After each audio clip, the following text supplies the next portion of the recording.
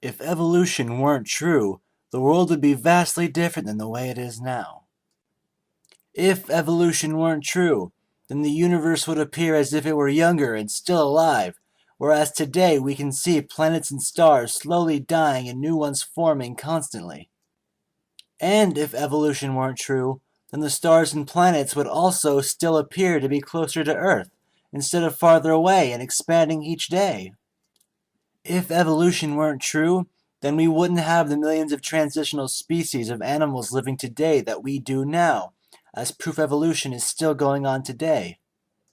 If evolution weren't true, then we'd have so much to worry about, but we can rest peacefully, knowing that humans can evolve to fit their environments, much like our ancestors did.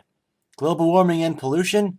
Not a problem, seeing as how our ancestors survived much worse, such as ice ages and meteor dust blocking out the sun. If evolution weren't true, then survival of the fittest would be completely irrelevant, because ultimately, it doesn't matter if we lose some of the weaker of the species along the way. It's just natural selection taking its course.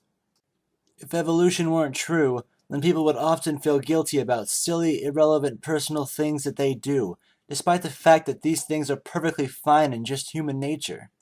So you see, if evolution weren't true, the world would be vastly different than it is today. No need for that outdated book of myths. Science and theories are the true way to the stars. But thankfully, we have modern science, and evolution is true. Man is the ultimate peak of evolution. We've become masters of our existence.